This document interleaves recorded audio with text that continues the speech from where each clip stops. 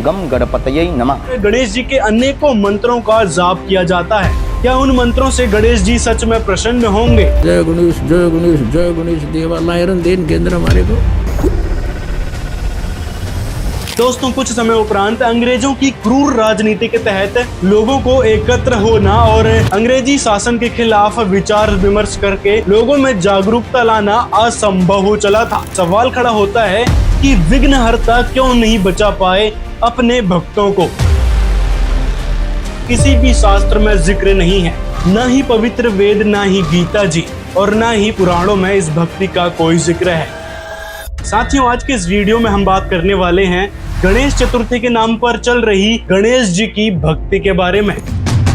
दोस्तों, वैसे तो गणेश चतुर्थी के विषय में किसी भी सदग्रंथ में नहीं लिखा है, फिर भी ये भक्ति लंबे समय से चली आ रही है। इसका क्या कारण है, सबसे पहले तो ये जानते हैं। इसकी शुरुआत कैसे हुई?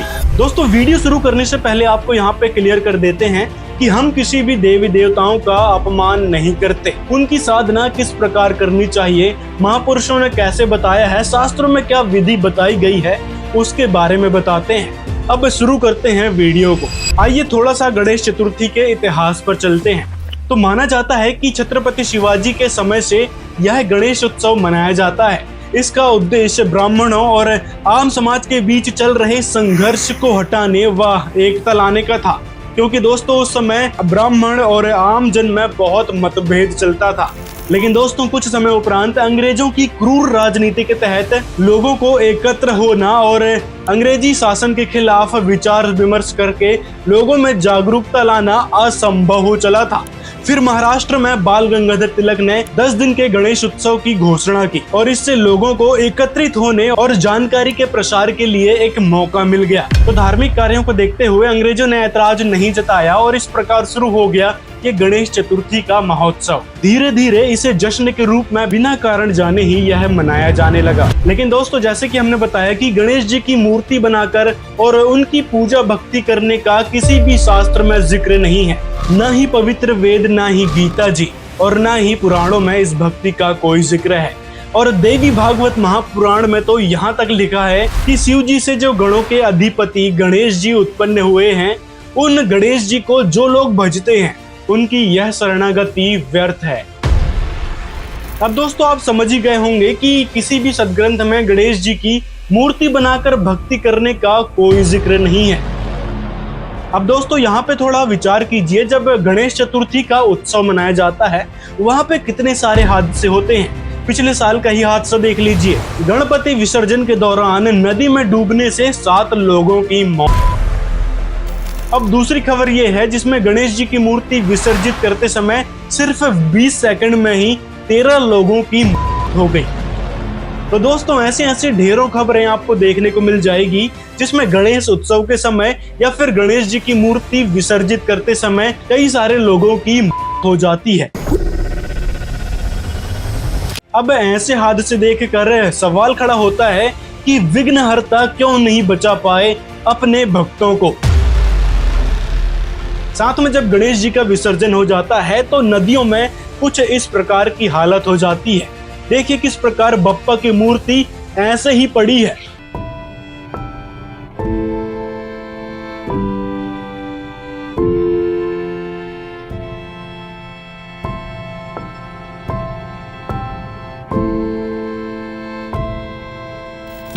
यदि हमने देवी देवताओं के बारे में या सदग्रंथों से उठाकर थोड़ी सी सच्चाई जनता को दिखा दी तो कुछ लोगों की धार्मिक भावनाएं आहत हो जाती है। और ऐसी तस्वीरों को देखकर क्यों नहीं आपकी धार्मिक भावनाएं आहत होती हैं?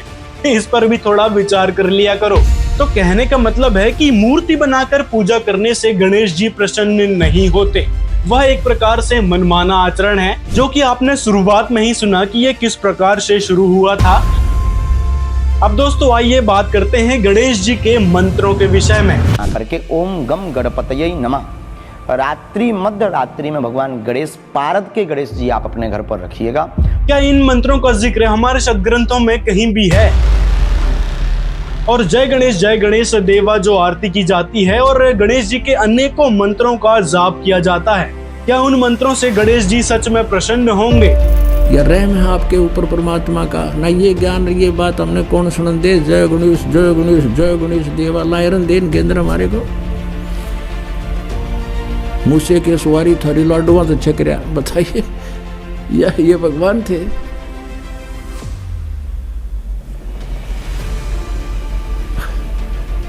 हमने ज्ञान था नहीं, हम इनने के चिपटे रहे सारी उम्र।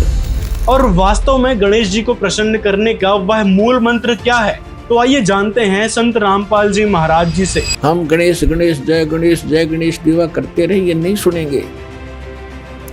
जैसे जोटे को जोटा जोटा करते रहो, वैसा वैसा करते रहो, नहीं सुनता। उसका एक मूल मंत्र है, उसको कर दो हर, वो तभी यूं देखेगा और ऐसे चकोना होगा। दूसरी बार कर दिया तो दौड़ने की चेष्टा करेगा। इसी प्रकार जो ये मंत्र परमात्मा ने हमें बताए हैं, इन देवताओं के विशेष मंत्र हैं, इनको खींच लेते हैं, ये विवश है इनका। तो इन मंत्रों का थोड़ा ही जाप करने से आपको बहुत लाभ होना शुरू हो जाता है। अब पहले तो आपको प्रथम मंत्र दिखाते हैं कि प्रथम मंत्र क्या है। ये देखिएगा, ये हमारा बॉडी का चित्र है, इसमें ये कमल बने हुए हैं। ये मूल कमल में गणेश जी और इसका ये किलियम जाप है, और इससे ऊपर स्वाद चक्र अनुष्ठान, ये स्वादिष्ठान अनुचक्र भी कहते हैं। इसकी 4 पंखड़ियां, इसकी 6 पंखड़ियां दूसरे कमल की, और सावित्री ब्रह्मा इसका ओम जाप है। यहाँ विष्णु लक्ष्मी और विष्णु का जाप है, ये नाभि कमल है, और इसका ये हरियम जाप है। ये शिव और पार्वती रहते हैं। यहाँ परमात्मा ने इनको मंत्र दिया था, ये मंत्र, तो उसके बाद ये उनके शिष्य बने थे। उसके बाद शंकर भगवान इसी का जाप करते, इसलिए सोहम जाप यहाँ इसका कहा गया। अब यहाँ देखिएगा, ये दुर्गा है, इसका ये 16 पंखड़ियों का कमल है, कंठ के अंदर है, और ये इनका जाप है। और यहाँ और आगे अलग, ये तो फिर केवल मालिक ने संदेश दिए हैं। मूल चक्कर गणेश वासा है, और रक्त वर्ण जानिए किलियम जाप, कुलीन तज, किलियम का जाप कर और सब छोड़ दे भगवंतों को, शब्द हमारा मानिए। ये इसके साथ हम मिलते चलेंगे सारे के सारे। अब ये हैं इस शरीर से, इस पिंड से निकल यहाँ तक बरी होने के लिए हमने ये मूल मंत्र जाप करने हैं। कैसे करने हैं ये नहीं खोलूंगा, वो तो जो उपदेश लेगा उसी को बताऊंगा। अब गणेश मतलब क्या होता है इसको समझिए। गणेश मतलब गणों का ईश, लेकिन कौन है वह वास्तविक गणेश जिसे आदि गणेश भी कहा जाता है? ये गणपति गणेश आदि देवता है। आदि माने जब से सृष्टि की रचना हुई तब ब्रह्मा जी ने सबसे पहले इसी गणपति गणेश देवता को प्रकट। वास्तव में गणों के ईश हैं कबीर साहिब, जिनका वर्णन पवित्र गीता जी और पवित्र वेद, यहाँ तक कि कुरान शरीफ, बाइबल, गुरु ग्रंथ साहिब सभी सदग्रंथों में है। कबीर सागर में तो कबीर साहिब की पूरी महिमा भरी पड़ी है, इसलिए उन्हें गणों का ईश यानी आदि गणेश कहा जाता है। सभी देवताओं की उत्पत्ति और संसार की उत्पत्ति उस कबीर साहिब ने ही की है। वे ही सभी आत्माओं के जनक हैं, और कबीर साहिब की वास्तविक शास्त्र अनुकूल भक्ति से ही वह परमात्मा और सभी देवी देवता लाभ देते हैं। अब इन सारे देवी देवता ब्रह्मा, विष्णु, महेश, दुर्गा जी और गणेश जी की भक्ति कैसे करनी चाहिए, इसके बारे में सुनिए। भजन करो उस रब का जो दाता है कुल सब का, भजन करो उस रब का जो दाता है कुल सब का। उस रब का, तत्व ब्रह्म का, परम अक्षर ब्रह्म का की भक्ति करो, भजन करो उस रब का जो दाता है कुल सब का, जो कुल का मालिक है, सबका पालन पोषण करता है। तो उसी की तरफ संकेत, आपको उसी की तरफ ले जाया जाता है। अब उसके ज्ञान को उस पूर्ण ब्रह्म परमेश्वर के गुणों से परिचित करके आपकी रुचि उधर बढ़ाई जा रही है। अभी तक तो हम ब्रह्मा, विष्णु, महेश तक सीमित थे, इन्हीं की पूजा करते थे, और ब्रह्मा, विष्णु, महेश की पूजा शास्त्र विरुद्ध है, शास्त्र विधि विरुद्ध है, क्योंकि ये स्वयं कहते हैं, इनको खुद ज्ञान नहीं भगवान कौन है, वो क्या पूजा करनी चाहिए, और वो कहते हैं मैं देवी की पूजा करता हूँ और हम इनकी पूजा कर रहे हैं। जबकि ब्रह्म से पूजा स्टार्ट होती है, ब्रह्म से साधना स्टार्ट होती है। और हमने पूजा करनी है पूर्ण ब्रह्म की, पूर्ण ब्रह्म की पूजा करनी है। और फिर हमारे शुभ संस्कार बनेंगे, शास्त्र अनुकूल संस्कार बन करके फिर ब्रह्मा विष्णु महेश जी के पास जाएंगे, वो हमें फल देंगे। अब जैसे हम कैसे साधना करते हैं और कैसी करनी चाहिए, कई भक्त आत्मा प्रथम बार सत्संग सुनते हैं और सुनते ही ये सोच लेते हैं कि ये रामपाल तो ब्रह्मा विष्णु महेश की आलोचना करता है, निंदा करता है और ब्रह्मा विष्णु महेश की पूजा को मना करता है। नहीं, ये दास केवल इतनी प्रार्थना करता है कि जो साधना आप कर रहे हो वो शास्त्र विरुद्ध है, शास्त्र विधि त्याग के मनमाना आचरण है। गीता जी अध्याय नंबर 16 के श्लोक नंबर 23 में कहा कि शास्त्र विधि को त्याग कर जो मनमाना आचरण अर्थात मनमानी पूजाएं करते हैं, उनको ना तो कोई सुख होता है, ना उनकी गति होती है, ना उनका कोई सिद्धि प्राप्त होती है, यूजलेस। अब कैसे शास्त्र अनुकूल साधना कौन सी है? गीता जी अध्याय नंबर 18 के श्लोक नंबर 62 में कहा कि अर्जुन तू सर्वभाव से उस परमेश्वर की शरण में जा, उसकी कृपा से तो परम शांति और शाश्वत स्थान को प्राप्त होगा। अब उस परमेश्वर की भक्ति कैसे करनी है, हम कर किसकी रहे हैं, शास्त्र अनुकूल साधना कौन सी है, देखिएगा। अब जैसे आप कोई भक्ति रूपी पौधा लाए, आप मान ले आम का पेड़ लाए, पौधा छोटा सा, और उसको ला करके आपने मिट्टी या गमले में कैसे लगाया, जड़ को मिट्टी में दबा दिया गहरा, और फिर पूजा शुरू की, सिंचाई शुरू की जड़ की, और उस जड़ की सिंचाई करने से वो पौधा फिर पेड़ बन गया। फिर उसके टहनियाँ आई, शाखाएं, उन शाखाओं का फल लगे, उन फलों से हम वो फल हमें उन शाखाओं ने दिए। तो वृक्ष की जो शाखा होती हैं वो अनादरणीय नहीं, वो कोई अभिन्न, वो भिन्न अंग नहीं है, पेड़ का अभिन्न अंग है। उनको छोड़ना, तोड़ना, फेंकना कोई कह नहीं सकता जो समझदार व्यक्ति होगा।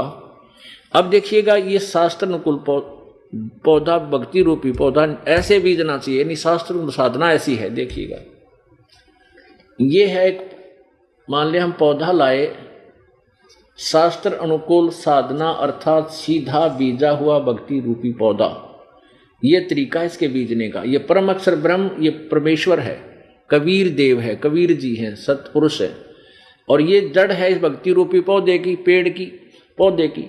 अब यहाँ इस पौधे की हमने जड़ की सिंचाई की, यानी इस मूल परमात्मा की हमने भक्ति प्रारंभ की।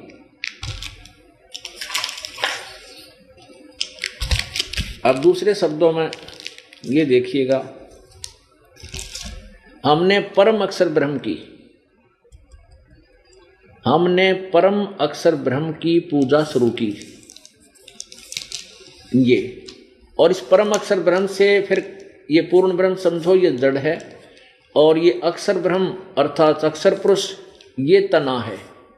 इस जड़ से खुराक, फिर ये जो सिंचाई, ये पूजा, इस पूजा की फल कहाँ, यहाँ से शुरू हुआ और यहाँ गया तना में, फिर ये है डार, मोटी डार, इसको अक्षर ब्रह्म कहो या अक्षर पुरुष कहो, ये निकाल, और इसके ये तीन पुत्र हैं, रजगुण ब्रह्मा, सदगुण विष्णु, तमगुण शिवजी रूपी शाखा हैं।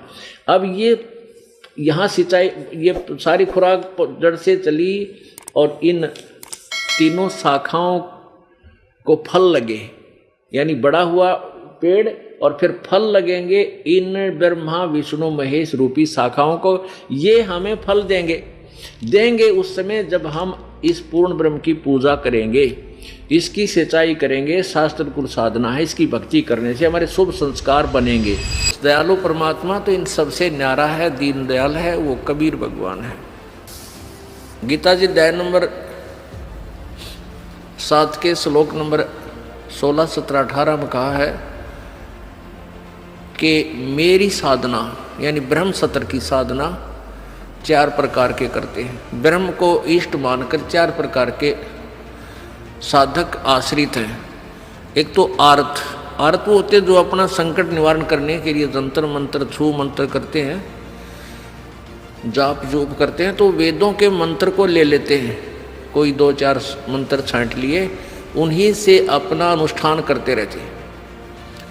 वो अन्य किसी पुराण के या और कोई किसी के साधना का आसरा नहीं लेते। जय गणेश देवा माता थारी पार्वती, कहते इस तरह की वो आरती नहीं करते। तो दोस्तों ये थी सच्चाई गणेश चतुर्थी की। यदि आपको वीडियो पसंद आया हो तो लाइक जरूर करें और इस वीडियो को ज्यादा से ज्यादा अपने मित्रों तक शेयर करें। और संत रामपाल जी महाराज के अवतरण दिवस को लेकर वीडियो को आप यदि देखना चाहते हैं तो यहाँ पे आपको वीडियो दिख जाएगी, उसको आप देख सकते हैं। तो मिलते हैं अगले वीडियो में।